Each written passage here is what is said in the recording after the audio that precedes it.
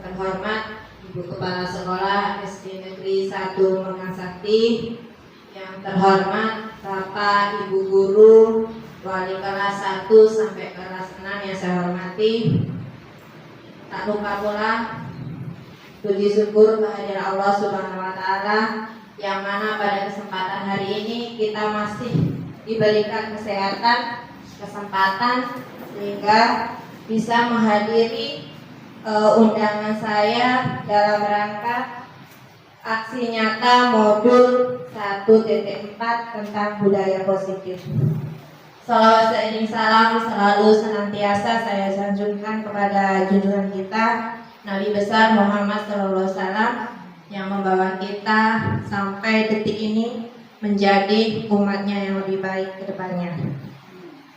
Baik Bapak Ibu, izinkan saya di sini untuk menyebarkan tentang pemahaman dan penerapan budaya positif. Ini tugas saya, calon guru penggerak ya, modul 1.4 tentang budaya positif. Kemudian terima kasih atas kesempatan Bapak Ibu guru yang mau memenuhi undangan saya ya di sini untuk berbagi ilmu atau pemahaman yang sudah saya dapatkan dalam calon guru penggerak. Baik, di sini saya bukannya menggurui ya Bapak Ibu. Di sini nanti kita sama-sama belajar bagaimana cara menerapkan budaya positif di sekolahan kita supaya nanti kedepannya peserta didik kita akan menjadi lebih baik. Langsung saja Bapak Ibu, di sini modul saya tentang menyebarkan pemahaman dan penerapan budaya positif. Saya Ida Mariani, calon guru penggerak angkatan 10 Kabupaten Musirawas. Kemudian perkenalkan pengajar praktis saya itu Bu Siti Hartuti, sarjana pendidikan. Kemudian Ibu Marlina MPD, fasilitator saya. Baik, sebelum kita melanjut ke inti kajian atau pokok materi tentang budaya positif, terlebih dahulu ada pengantarnya nih Bapak Ibu ya. Konsep pendidikan menurut Ki Hajar Dewantara itu melibatkan pengakuan akan pentingnya budaya dan lingkungan positif di sekolah yang menempatkan murid sebagai fokus utama. Nah, dalam konsep ini Ki Hajar Dewantara yaitu pendidikan bukan hanya tentang transfer pengetahuan saja, akan tetapi juga mencakup pembentukan karakter dan pengembangan potensi setiap murid. Oleh karena itu, menciptakan budaya dan lingkungan yang mendukung, inklusif, dan memberdayakan di sekolah menjadi kunci untuk mewujudkan visi pendidikan yang kita inginkan. Kemudian di sini Bapak Ibu ada konsep inti budaya positif, yaitu perubahan paradigma belajar, ya. Kemudian nilai-nilai kebajikan, motivasi perilaku manusia, keyakinan kelas, disiplin positif, kebutuhan dasar manusia, posisi kontrol guru serta segitiga restitusi. Itu konsep inti dari budaya positif modul 1.4. Selanjutnya dalam pembelajaran yang pertama dengan paradigma baru.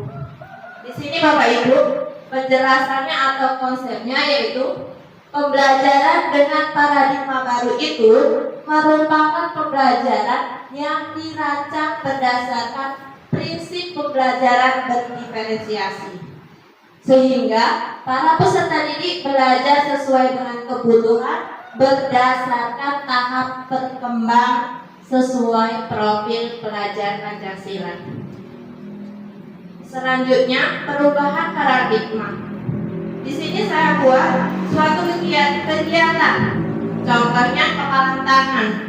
Itu contoh kepalan tangan ya Bapak Ibu. Nah, mari nanti kita refleksi sebentar mengenai perubahan paradigma baru tentang kegiatan kepalan tangan kita.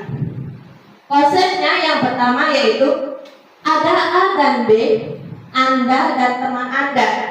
Nanti bisa saya dengan Bapak Ibu, ya. Sobeklah secari kertas kecil, tuliskan benda atau sesuatu yang sangat berharga untuk Anda. Nah, kemudian letakkan di salah satu tangan Anda dan menggenggam benda tersebut. Kemudian dengan segala daya upaya, kemudian buatlah sebuah kepalan, ya. Kemudian selanjutnya teman Anda si B itu akan mencoba dengan sekuat tenaga dengan berbagai cara untuk meminta Anda memberikan benda tersebut. Selanjutnya si B itu bisa membujuk, ya, mengancam, bahkan menghardik, merayu, menyuap, apapun apa saja akan dapat membuka kepala yang ada pada teman Bapak Ibu nanti, ya. Nah, apa yang terjadi nanti Bapak Ibu? Nah, coba kita praktekkan. Ya, misal Ibu Mas Ahmad dengan Pak Mulyadi. Coba Ibu ambil satu kertas, taruh di tangan. Nanti akan Ibu Mas Ahmad kepal sekuat sekuat tenaga. Bahkan nanti apakah Pak Mulyadi nanti akan bisa membuka kepala dari Ibu Mas Ahmad tersebut. Dengan apa Bapak Ibu? Dengan segala upaya, kekuatannya, ya, membujuknya, bahkan mengancam pun dia harus bisa lakukan untuk membuka kepala yang tangan Bu Mas Ahmad nanti supaya bisa terbuka. Nah, seperti itu contohnya nanti ya Bapak Ibu. Nah, kemudian apa nanti yang akan terjadi? Apakah Pak Mulyadi bisa akan membuka kepala tangan Bu Mas Ahmad? Nah, nanti kita bisa praktekkan, ya. Oke, selanjutnya. Nah, ini tentang miskonsepsi tentang teori kontrol. Nah, di sini ilustrasi ya Bapak Ibu. Itu ada dua siswa. Nah, siswa yang pertama dan di belakangnya ada siswa yang kedua. Kira-kira apa yang ada di benak Bapak Ibu tentang gambar tersebut? Apa Bapak Ibu? Ada yang mau memberikan komentar? Ada? Baik. Nah, itu sebagai ilustrasi atau ilusi guru mengontrol murid. Bisa itu guru dengan murid, juga bisa murid dengan murid. Nah, baik. Di situ yang pertama yaitu ilusi guru mengontrol murid. Kemudian ilusi bahwa semua penguatan positif efektif dan bermanfaat. Kemudian yang ketiga, ilusi itu praktek dari seorang guru dan murid itu ya Bapak Ibu, bahwa kritik dan membuat rasa bersalah mampu menguatkan karakter antara guru dan murid. Bisa murid dengan murid, seperti itu. Lanjut, ilusi yang keempat yaitu ilusi bahwa orang dewasa itu berhak memaksa. Nah, itu miskonsepsi tentang teori kontrol. Kemudian selanjutnya, bagaimana mengubah paradigma stimulus respon itu ke pendekatan teori kontrol. Nah, di situ ada dua. Yang pertama stimulus respon, kemudian teori kontrol atau sebuah pilihan. Untuk stimulus respon itu ada 5. Yang pertama, kita mencoba mengubah orang agar berpandangannya itu sama dengan kita, ya. Kemudian berperilaku buruk dilihat sebagai suatu kesalahan. Nah, selanjutnya orang lain itu bisa mengontrol saya. Orang lain bisa mengontrol saya. Dan pemaksaan ada pada saat bujukan itu gagal. Dan terakhir model berpikir menang atau kalah. Kemudian teori kontrol atau pilihan. Nah, di sini kita berusaha memahami pandangan orang lain tentang apa? Tentang dunia. Kemudian semua perilaku itu memiliki tujuan ya Bapak Ibu. Selanjutnya hanya ada yang bisa mengontrol diri Anda. Kemudian kolaborasi dan konsensus menciptakan pilihan-pilihan baru serta model berpikir menang-menang. Nah, itu mengenai mengubah paradigma stimulus respon ke pendekatan teori kontrol. Stimulus itu apa Bapak Ibu? Stimulus itu yaitu rangsangan. Rangsangan itu bisa dari dalam dan bisa dari luar diri seseorang. Selanjutnya yaitu tentang masuk ke konsep disiplin positif. Nah, di sini ada 3 konsep tentang disiplin positif ya Bapak Ibu. Yang pertama itu disiplin. Berasal dari kata apa sih? Oh, disiplin itu asal dari kata disiplina, yang artinya belajar. Kemudian disiplin itu mengacu pada disiplin diri yang memiliki rasa tanggung jawab kita sebagai seorang guru terhadap apa yang sudah kita lakukan berdasarkan nilai-nilai yang sudah kita yakini sebagai seorang guru. Kemudian yang kedua itu sebagai seorang pendidik, tujuan kita apa sih? Nah, yaitu menciptakan peserta didik yang memiliki sikap atau sifat disiplin untuk mendidik peserta didik kita. Kemudian supaya apa? Mereka berperilaku mengacu kepada nilai-nilai kebajikan universal dan memiliki motivasi intrinsik dalam perubahan perilaku ke arah yang lebih baik. Nah, di sini Bapak Ibu, nilai-nilai kebajikan universal itu seperti yang sudah kita ajarkan ke peserta didik kita. Misalnya saya kasihkan contoh tentang rasa tanggung jawab. Rasa tanggung jawab, disiplin, saling menghormati, saling menghargai, baik itu sesama guru kita di sekolah maupun dengan peserta didik. Kita sebagai guru di sini mengajarkan baik dari guru kelas 1 sampai guru kelas 6 serta guru mata pelajaran, apalagi guru pendidikan agama Islam. Ya, Bapak Ibu, nilai-nilai universal itu sudah kita terapkan di sekolah kita. Ya, kemudian lanjut Bapak Ibu, untuk poin disiplin positif yang ketiga, yaitu disiplin positif itu merupakan salah satu cara penerapan disiplin yang bertujuan untuk menumbuhkan kesadaran diri serta tanpa sebuah imbalan, penghargaan atau reward, hadiah, ya, atau sejenis hukuman atau juga cercaan kepada siapa? Kepada peserta didik kita, Bapak Ibu. Nah, ini hanya pengertian saja. Nanti setelah ini kita akan membahasnya lebih tuntas lagi. Selanjutnya, Bapak Ibu. Nah, di sana ada contoh kegiatan disiplin positif siswa kelas 1 SD Negeri 1 Mekarsari. Itu yang sudah saya terapkan Bapak Ibu. Salah satunya ya, sebelum masuk kelas itu anak-anak berbaris meskipun kadang di dalam kelas ya juga. Kemudian praktek dalam pembelajaran, ada kegiatan-kegiatan diskusi ya, misalnya guru di sana ada membimbing ketika anak mengadakan dalam proses belajar mengajar. Kemudian itu lagi salah satu untuk melatih kerjasama antar murid dengan guru, kemandirian, itu termasuk nilai-nilai kebajikan universal, contoh dan disiplin positif. Nah itu Bapak Ibu contoh-contohnya.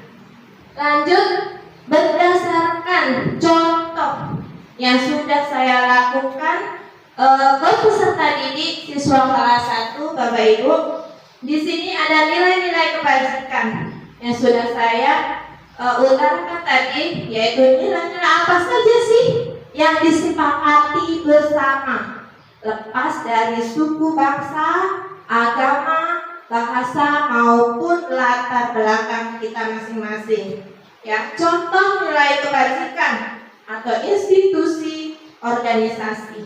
Nah, di sini Bapak Ibu, yang pertama kita lihat dulu tentang profil pelajar Pancasila kita, mengenai beriman dan bertakwa kepada Tuhan Yang Maha Esa dan berakhlak mulia, berkebinekaan global, gotong royong, mandiri, kreatif, dan bernalar kritis.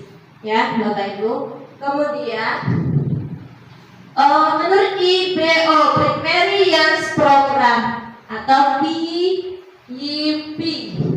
PYP ya, toleransi, ada rasa hormat, integritas, mandiri, menghargai, antusias, empati, keingintahuan yang besar, kemudian kreativitas seorang siswa, kerjasama antara siswa dengan murid, kerjasama antara wali murid dengan wali kelas, kemudian percaya diri serta komitmen.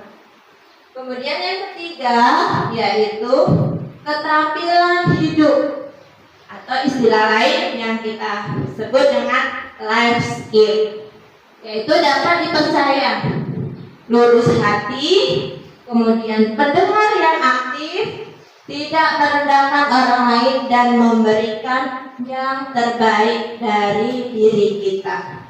Nah Bapak Ibu, itulah nilai-nilai kebajikan. Selanjutnya, dalam hal yang berkaitan dengan nilai-nilai kebajikan, itu ada kebutuhan dasar manusia. Nah, kebutuhan dasar manusia adalah segala sesuatu yang kita lakukan untuk mendapatkan apa yang kita inginkan. Seluruh tindakan yang kita lakukan memiliki tujuan tertentu, Bapak Ibu.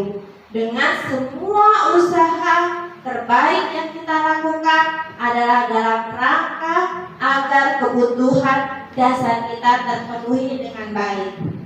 Nah, itu tentang kebutuhan dasar manusia, bahwa setiap manusia itu mempunyai kebutuhan dasar karena manusia adalah makhluk sosial.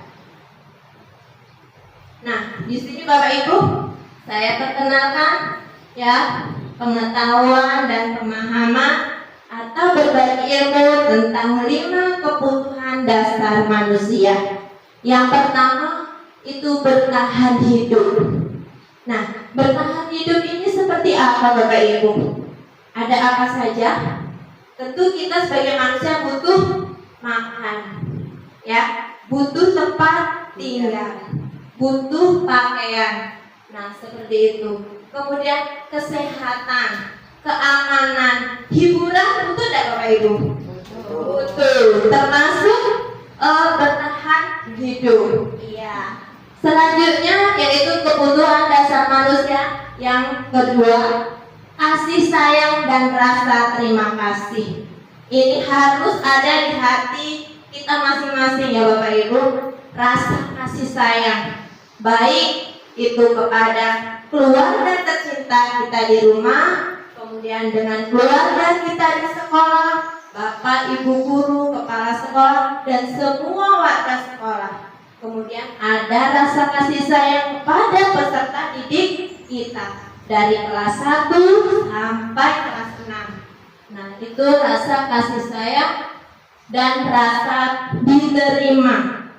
Kita sebagai guru atau tenaga pendidik ya kita merasa harus bisa diterima oleh peserta didik kita ya Bapak Ibu, walaupun harus melalui banyak cara supaya kita bisa diterima oleh seorang peserta didik. Nah, selanjutnya 5 kebutuhan dasar manusia yang poin ketiga atau nomor 3, yaitu penguasaan. Memang itu ada Bapak Ibu, ya, penguasaan di dalam diri kita itu memang ada. Itu memang termasuk kebutuhan manusia yang penting juga, ya. Seperti apa Bapak Ibu penguasaan yang kita miliki? Harga diri kita sebagai seorang pendidik jangan sampai direndahkan. Nah, seperti itu. Kemudian keinginan untuk dianggap bahwa kita itu seorang guru betul-betul melalui sebuah perjalanan yang panjang untuk mencapai seorang guru, untuk mencapai titel yang kita harapkan. Nah, kemudian bermimpi. Memang seorang guru itu harus mempunyai mimpi-mimpi yang indah. Contohnya apa Bapak Ibu guru? Kita sebagai guru harus mempunyai mimpi yang indah kepada peserta didik itu seperti apa? Memimpikan anak-anak kita supaya anak-anak kita semuanya menjadi seorang hafiz. Karena silakan Bu Mas. Menurut saya memimpikan anak-anak saya, ya. Terutama karena saya materi di PAI Bu ya. Jadi saya kepengen anak-anak saya itu semuanya menjadi anak soleh, solehah, dan juga menjadi hafizah. Itu impian saya yang sangat besar Bu. Semoga terwujud. Oke, amin. Terima kasih. Oke, baik. Terima kasih ya Bapak Ibu. Berarti kita sebagai seorang guru, baik kita guru kelas maupun guru pendidikan agama Islam maupun mapel yang lain, kita itu harus mempunyai sebuah mimpi yang indah, yang suatu saat mimpi itu kita angan-angankan kemudian bisa terjadi kepada siapa? Peserta didik kita.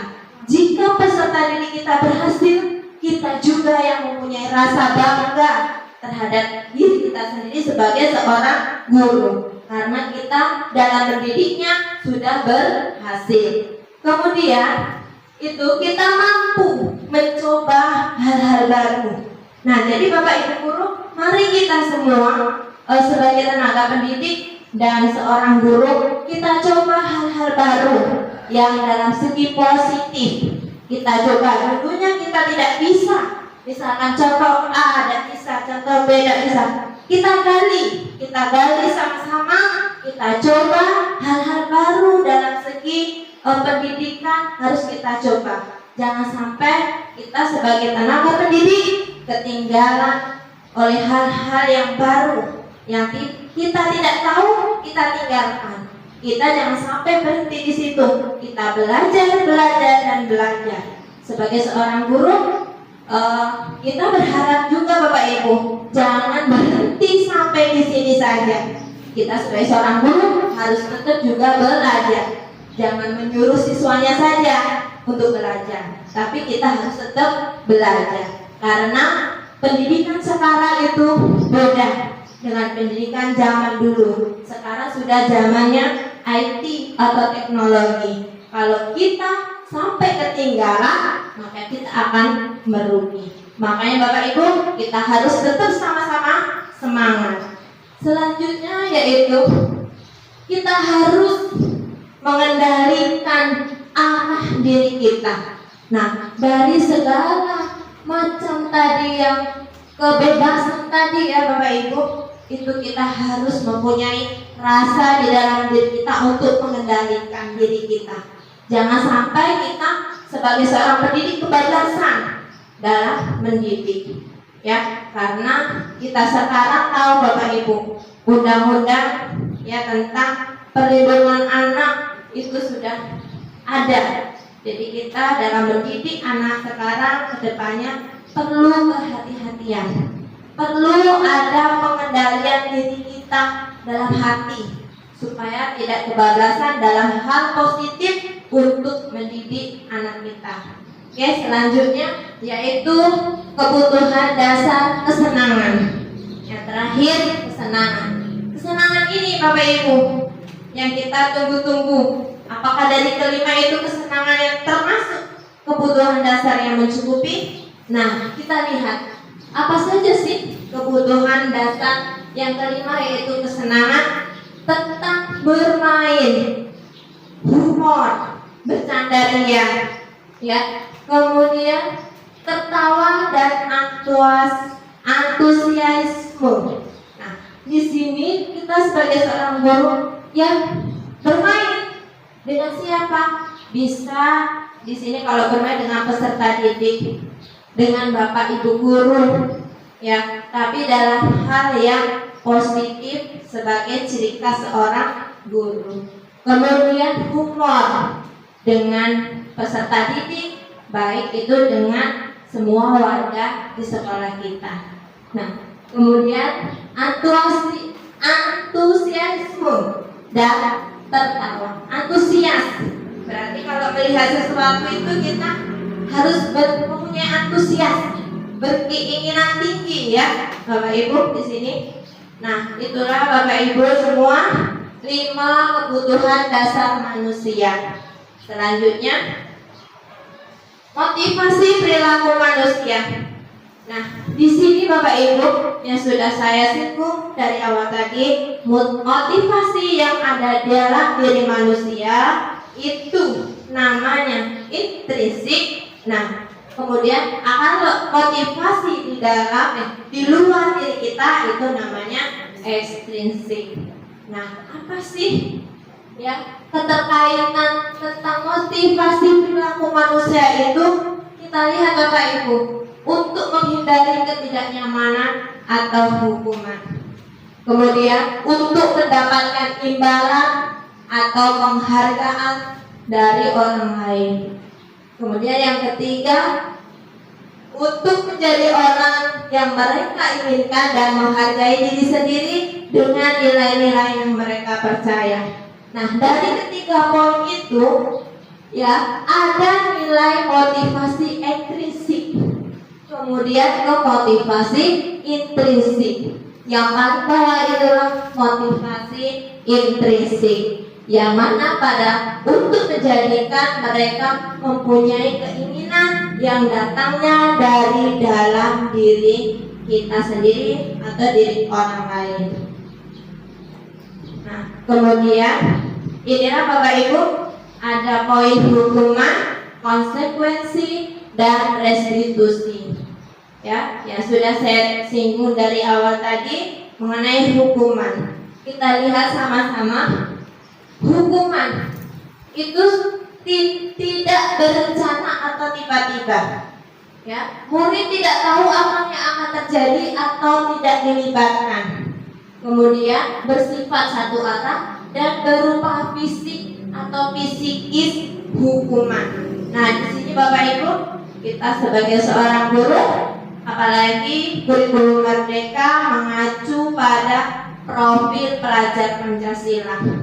Dalam pembelajaran kita sehari-hari, ya, kalau dalam profil pelajar Pancasila dan kurikulum Merdeka, hukuman itu tidak diperbolehkan lagi dalam kita melaksanakan pembelajaran.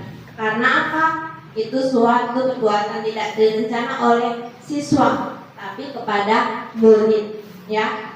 Murid tidak tahu apa-apa, misalnya kita hukum. Kemudian bersifat satu arah. Satu arahnya kepada siapa? Kepada seorang siswa yang telah melanggar peraturan. Kemudian berupa apa biasanya hukuman itu? Pasti sasarannya yaitu fisik. Baik fisik itu si anak maupun terhadap orang lain, termasuk semua warga sekolah kita. Kemudian ada konsekuensi. Nah, konsekuensi ini terencana atau disepakati sesuai dengan peraturan. Murid tetap dibuat tidak nyaman. Siapa yang membuat tidak nyaman? Ya seorang guru. Karena dalam suatu warga sekolah ini dalam proses pembelajaran itu di dalam kelas ada siswa dan ada guru. Nah, di sini murid tetap dibuat tidak nyaman. Siapa yang membuat tidak nyaman? Ya seorang guru. Maka dari itu ya kita sebagai guru harus membahagiakan anak, membuat anak menjadi nyaman dalam proses pembelajaran. Kemudian yang ketiga, sikap guru memonitor murid selalu. Dimonitor terus tiap kali pembelajaran, dipantau terus. Nah seperti itu dalam termasuk konsekuensi. Yang terakhir yaitu restitusi. Apa saja sih yang terdapat dalam restitusi? Itu suatu proses menciptakan kondisi bagi murid untuk memperbaiki kesalahannya. Proses yang kolaboratif mengajarkan murid untuk mencari solusi sendiri. Nah, jadi Bapak Ibu, kita sama-sama belajar di sini. Hari ini saya sebarkan suatu pemahaman tentang budaya positif, bahwa suatu hukuman itu sangat tidak dianjurkan untuk di suatu satuan sekolah. Nah, itu adalah peserta didik kita. Kalau dulu, iya Bapak Ibu, ya, kalau siswa zaman dulu kalau tidak kita hukum, dia tidak akan berubah. Tapi dengan perkembangan zaman saat ini sudah beda lagi dengan pendidikan anak kita. Anak kita kalau kita hukum, bahkan dicolek sedikit, dicubit sedikit, dia laporan ke orang tuanya sudah beda, dan orang tuanya pasti tidak akan terima. Nah seperti itu. Jadi lambat laun pembelajaran pendidikan akan berubah. Nah hukuman berarti kita tinggalkan dengan mengenai hukuman ini. Lanjut, kalau setelah hukuman kita buat apa? Konsekuensi. Konsekuensi juga di sini tidak bagus. Seperti itu Bapak Ibu. Ya, masih tetap merugikan anak. Ya. Nah, kemudian anak juga tidak akan jerah. Anak zaman sekarang beda dengan anak zaman dulu. Sekali kita hukum, sekali kita tegur, konsekuensinya apa? Mereka langsung menuruti. Tapi beda dengan anak zaman sekarang atau peserta didik zaman sekarang. Sekarang kita pakai apa Bapak Ibu solusinya? Pakai restitusi Bapak Ibu. Ya, restitusinya seperti apa? Ya kita panggil anak itu, kita ciptakan suatu proses kenyamanan terhadap siswa yang telah melakukan kesalahan. Kita panggil, kita tanyai, baik itu dari motivasi intrinsik maupun ekstrinsik. Kita pelan-pelan, kita tanyai, ya, kita kasih solusi, dan dia juga punya solusi sendiri yang berasal dari dalam diri anak tersebut. Memang Bapak Ibu untuk menerapkannya sangat sulit, ya. Kita belajarnya saja yang mudah, tapi kita menerapkannya zaman sekarang sangat sulit. Tapi Bapak Ibu percayalah, kalau kita coba, kita sabar, lambat laun kita akan berhasil. Masih semangat Bapak Ibu? Oke, lanjut ya. Nah ini posisi kontrol seorang guru yang tadi sudah saya singgung. Ya, ada 5 posisi kontrol seorang guru. Yang pertama penghukum, kemudian pembuat merasa bersalah, kemudian ada teman, kemudian pemantau, yang terakhir manajer. Kita lihat satu-satu Bapak Ibu, ya, yang sudah saya jelaskan tadi, sudah saya singgung. Inilah Bapak Ibu 5 posisi kontrol seorang guru. Nah, jadi kita sebagai seorang guru harus bisa-bisa mengontrol diri kita terhadap peserta didik kita. Yang tadi penghukum, memukul, mencubit, menjewer, menendang, apa segala macam, yang berkaitan dengan fisik itu kita ubah, kita ganti yang lebih baik. Kemana? Oh, membuat merasa bersalah misalnya, urutannya dari penghukum terus turun membuat merasa bersalah. Di situ apakah baik dan siswa nyaman? Tidak. Anak akan merasa terpojokkan, minder, selalu merasa bersalah terus. Begini salah, begitu salah. Yang benar siapa? Gurunya. Tapi gurunya merasa siswanya. Nah, akhirnya tidak bagus juga untuk kita terapkan ke peserta didik. Kemudian melangkah lagi ke apa? Ke pemantau. Kita pantau peserta didik kita. Kita duduk di meja guru sambil kita pantau satu persatu. Tapi ada yang kekurangannya Bapak Ibu. Apa? Pasti ada kelengahan kita. Karena jumlah siswa kita dalam sekelas itu lebih dari 20 siswa. Akan banyak sekali. Kemudian melalui proses yang sangat memakan waktu. Seperti itu. Kemudian apa? Kita akan menjadi teman. Teman juga nanti akan timbul ke diri anak itu. Misal anak si A dekat dengan seorang guru menganggap siswa itu sebagai teman. Kemudian siswa itu juga menganggap gurunya sebagai teman. Apakah curhat dan ini curhat? Ya, memang bagus di sisi lain. Tapi apalagi kita sebagai seorang guru kelas, nanti siswa itu akan merasa guru itulah yang ada di hati anak itu sendiri. Tidak ada guru yang lain, yang si A, si B, si C, tidak ada. Karena dia merasa temannya cuma guru yang ada di kelas itu, setiap hari kita ketemu, ya. Yang selalu setiap hari kita kagumi hanya guru itu. Tidak ada guru-guru yang lain yang kita maksudnya patuhi, kita senang, nah seperti itu. Jadi walaupun di sini posisi kontrol guru itu sebagai teman itu masih kurang istilahnya pas terhadap pendidikan kita terhadap siswa. Yang mana yang bagusnya? Yaitu yang terakhir, kita sebagai manajer Bapak Ibu. Kita guru ini harus sebagai manajer.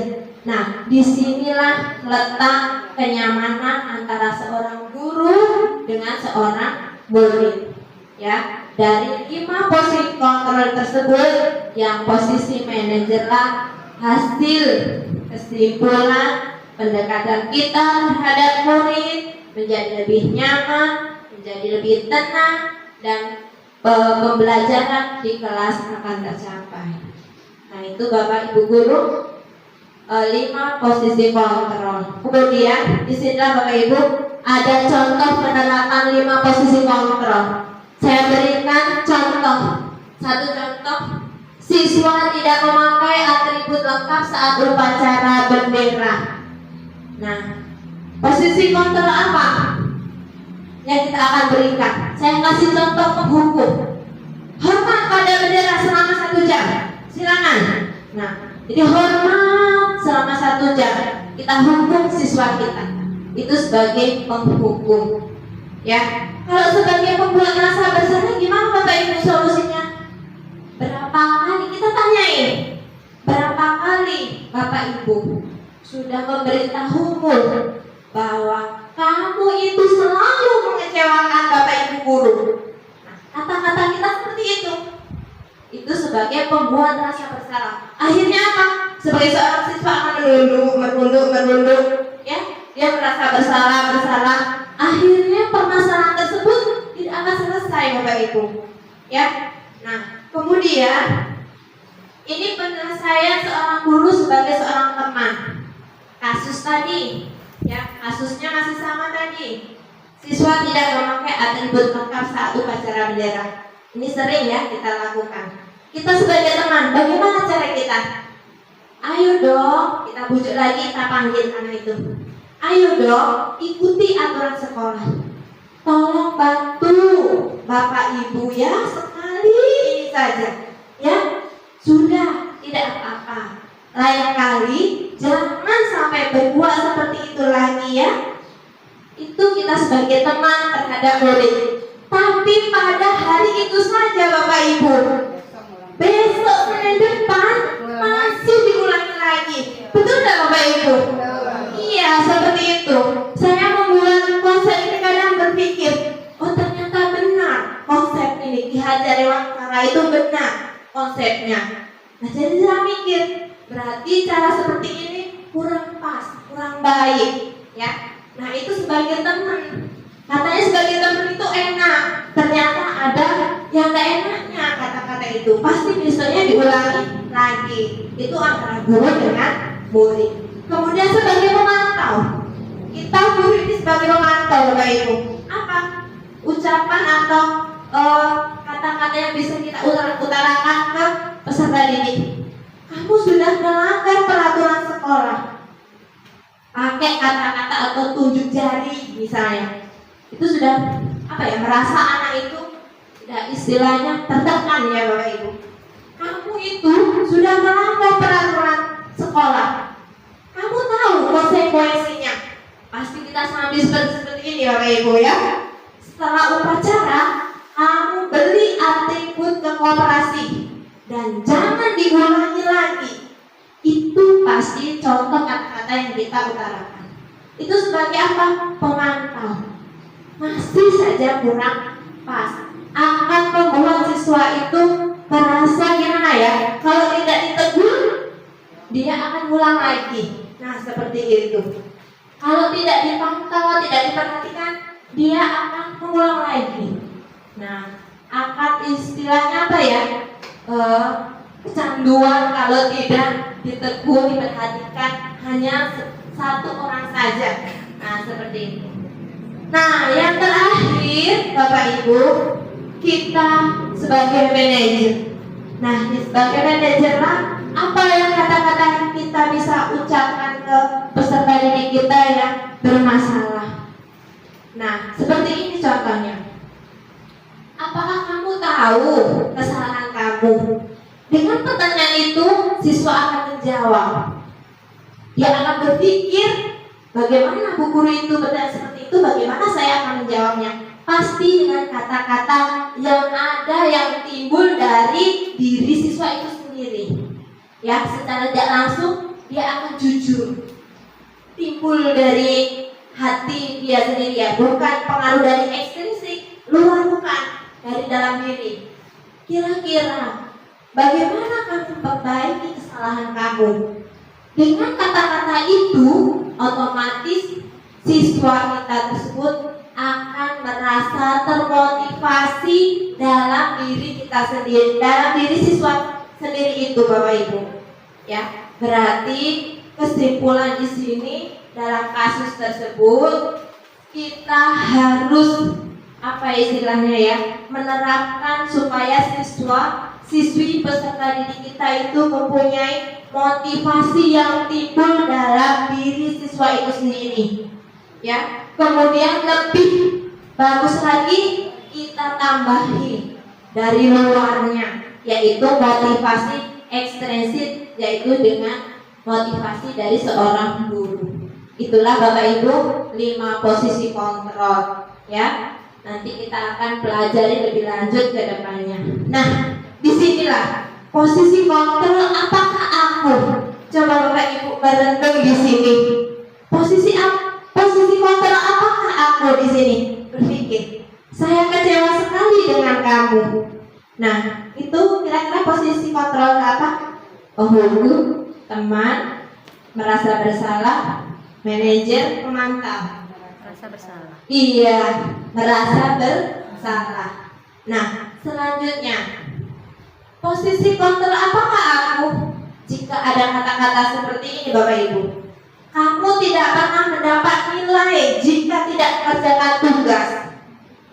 Kira-kira posisi kontrol apa? Penghukum, pemantau, teman, merasa bersalah, dan manajer. Pemantau. Apa kira-kira Bapak Ibu? Pemantau. Penghukum atau pemantau? Kamu tidak pernah mendapat nilai jika tidak mengerjakan tugas. Pemantau atau pemukul?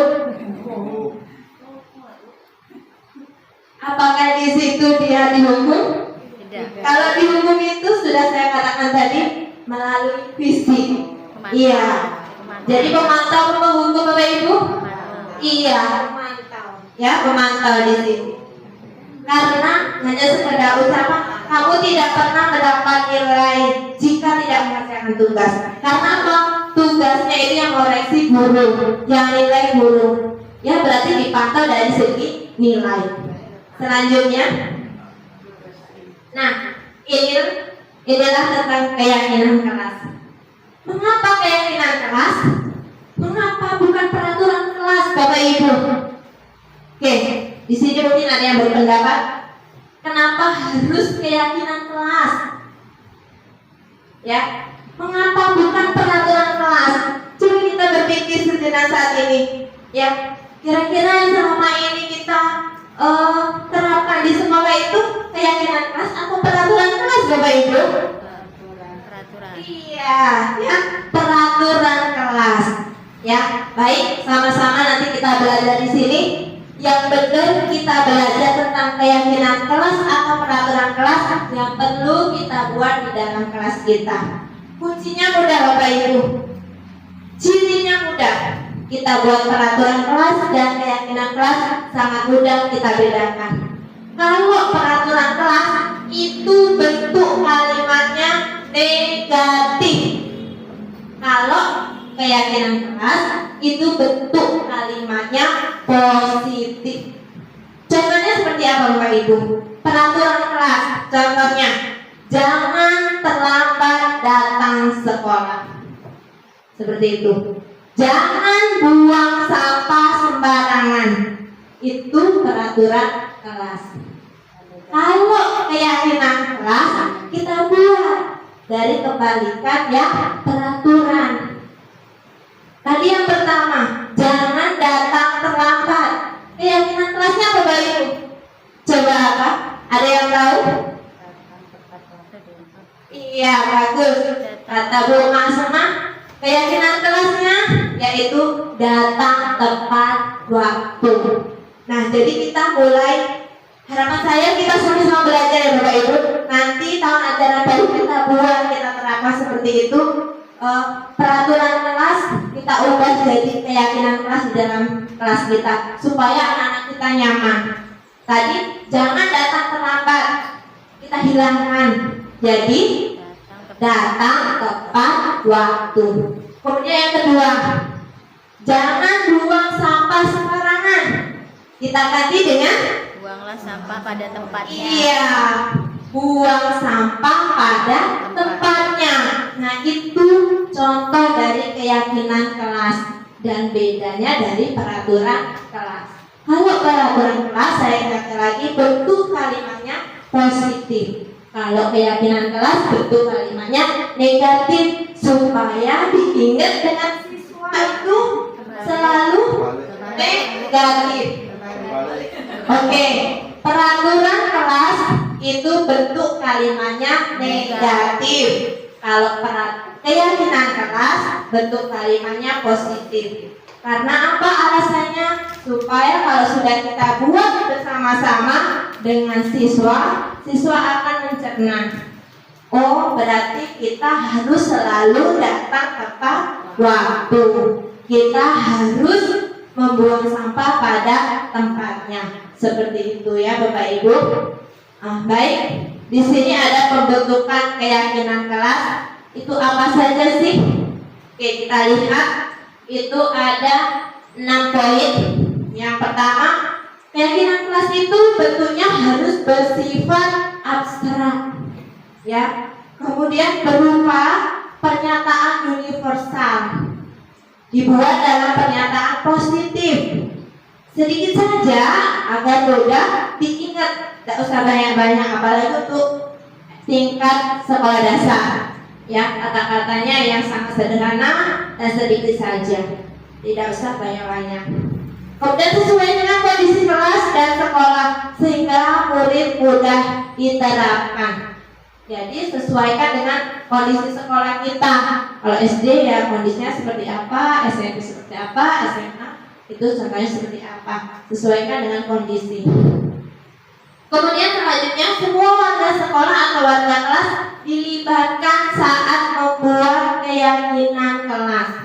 Bisa kita libatkan semua warga sekolah atau warga kelas. Kalau warga di kelas ya peserta didik dengan gurunya. Bila perlu dengan seluruh warga sekolah kita, yaitu dari kalau SD kelas 1 sampai kelas 6, gurunya dari guru kelas 1 sampai guru kelas 6, seperti itu. Lanjut. Nah, inilah contoh atau gambar segitiga restitusi yang sudah tadi kita lihat bersama-sama, ya. Di sini ada gambarnya Bapak Ibu.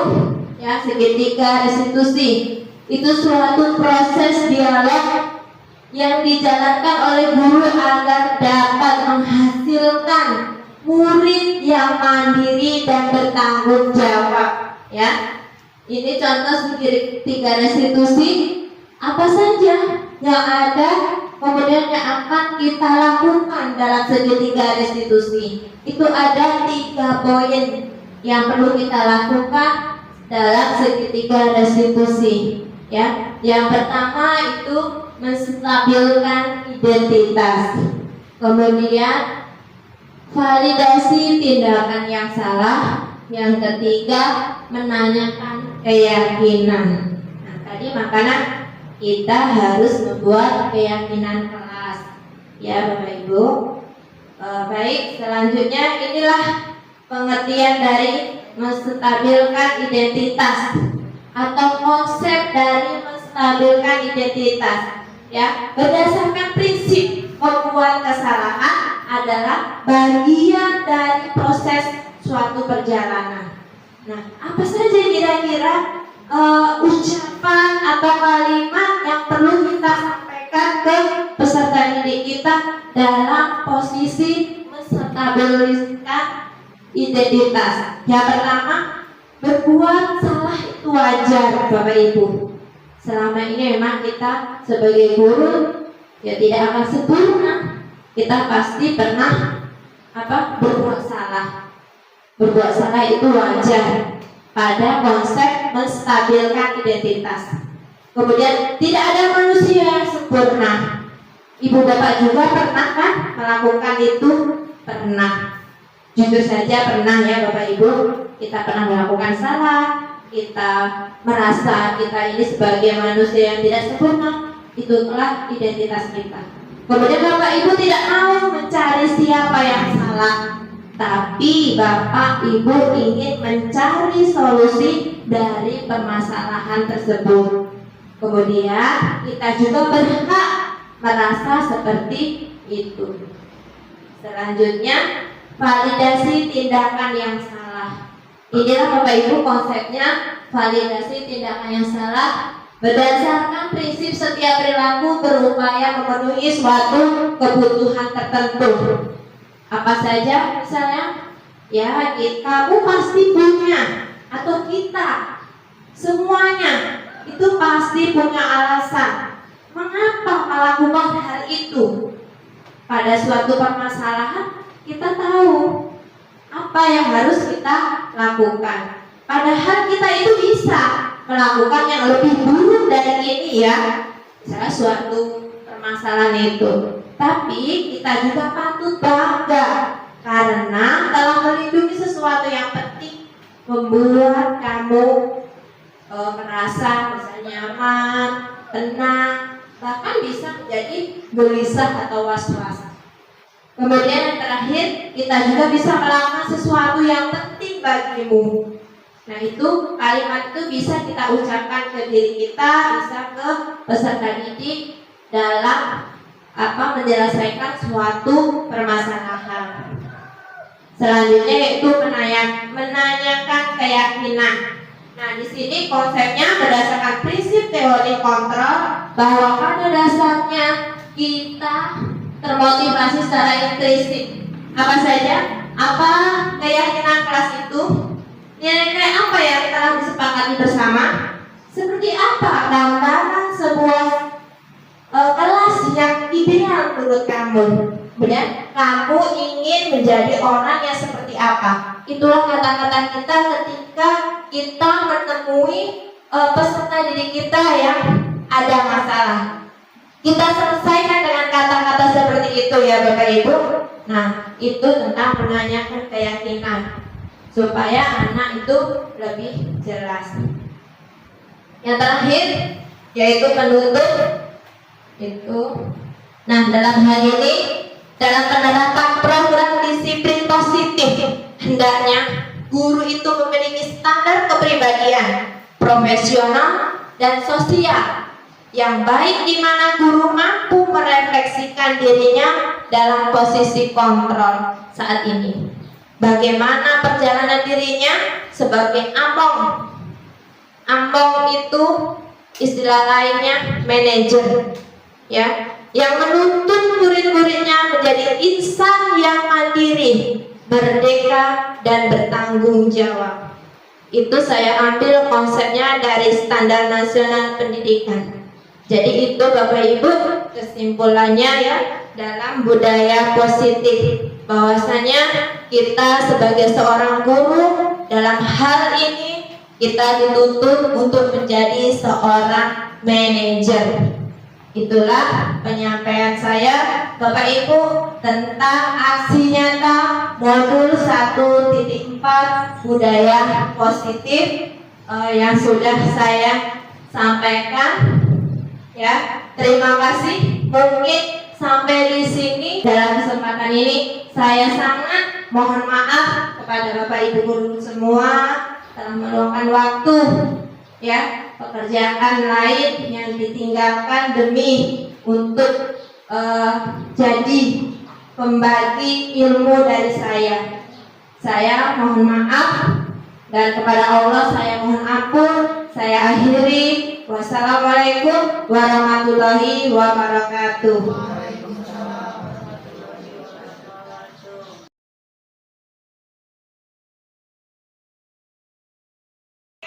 Assalamualaikum warahmatullahi wabarakatuh.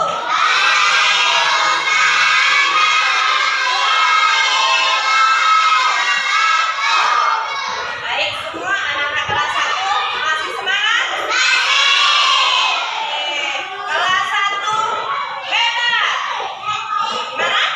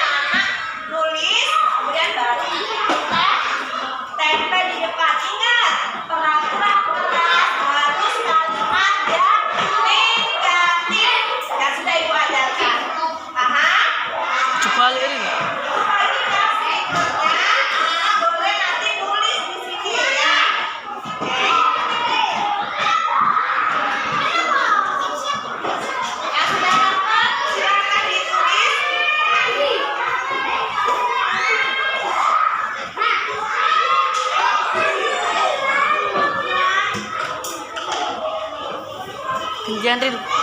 Oke.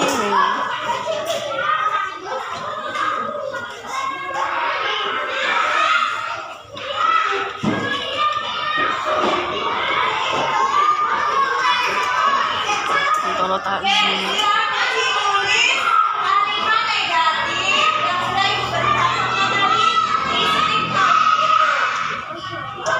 Jangan Ril. Jangan Ril. Kira aku rekam Pak.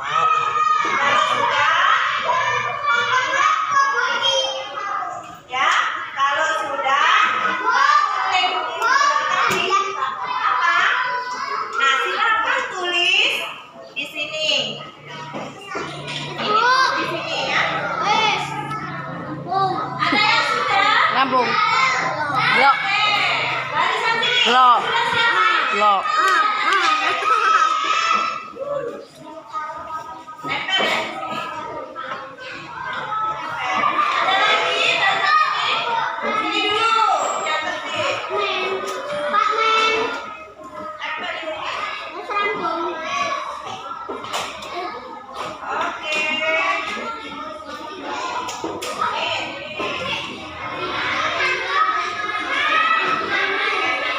Siapa lagi barisan ini?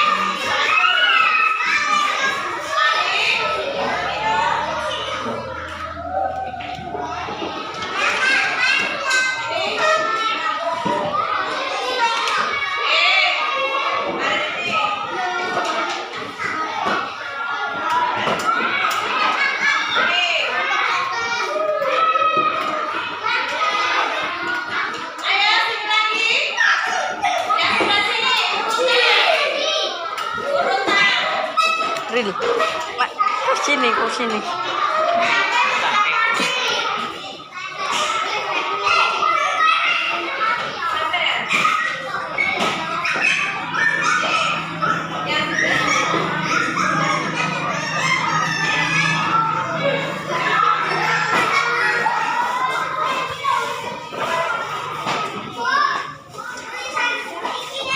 Viral wego sih, anu tis.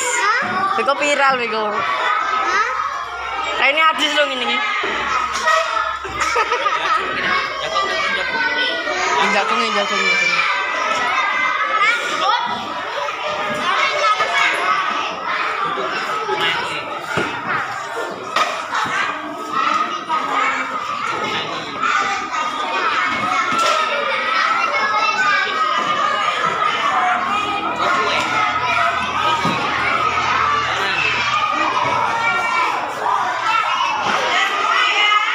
Terima kasih anak-anak sudah membuat peraturan kelas, kalimat positif, dan nilai kebajikan universal. Sekarang baru kita rangkum bersama-sama, kita membuat keyakinan kelas.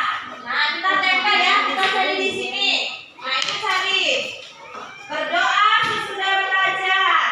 Nah, baru tempel di sini. Ya, keyakinan kelas kita. Terus apa lagi di sini? Menghargai teman. Tempel. Terus apa lagi? Mengerjakan tugas tiket. Nah, ini. Kemudian saling membantu. Hah? Nah, kemudian nilai kebajikan universal. Ada apa yang sudah Nana tulis tadi? Ada apa saja nilai? Nilai kejujuran. Kemudian menghargai. Lagi. Tanggung jawab. Ada tanggung jawab. Terus semangat saling menghormati. Kemudian lagi.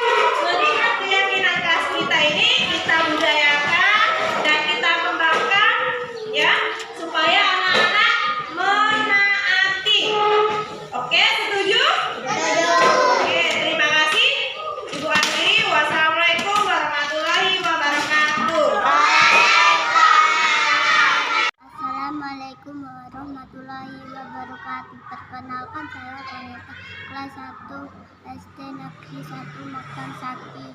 Kami sudah bersama-sama membuat keyakinan kelas didampingi oleh Ibu Ida. Dengan adanya keyakinan kelas kami bisa belajar nilai dan budaya positif dan menjadi peserta didik yang baik. Wassalamualaikum warahmatullahi wabarakatuh. Assalamualaikum warahmatullahi wabarakatuh. Perkenalkan, nama saya Dafa, kelas 1 SD Negeri 1 Mekang Sakti. Kami sudah bersama-sama membuat keyakinan kelas didampingi oleh Ibu Ida. Dengan adanya keyakinan kelas kami bisa belajar nilai dan budaya positif, belajar nilai dan budaya, menjadi peserta didik yang baik. Wassalamualaikum warahmatullahi wabarakatuh. Assalamualaikum warahmatullahi wabarakatuh. Saya Ibu Mas Ama, rekan CGP Ibu Ida Mariani. Saya memberikan apresiasi yang tinggi terkait budaya positif yang sudah diterapkan dengan membuat kesepakatan kelas. Saya juga mulai sekarang sudah menerapkan budaya positif yang ada di sekolah ini. Sukses selalu untuk Ibu Ida Mariani. Wassalamualaikum warahmatullahi wabarakatuh.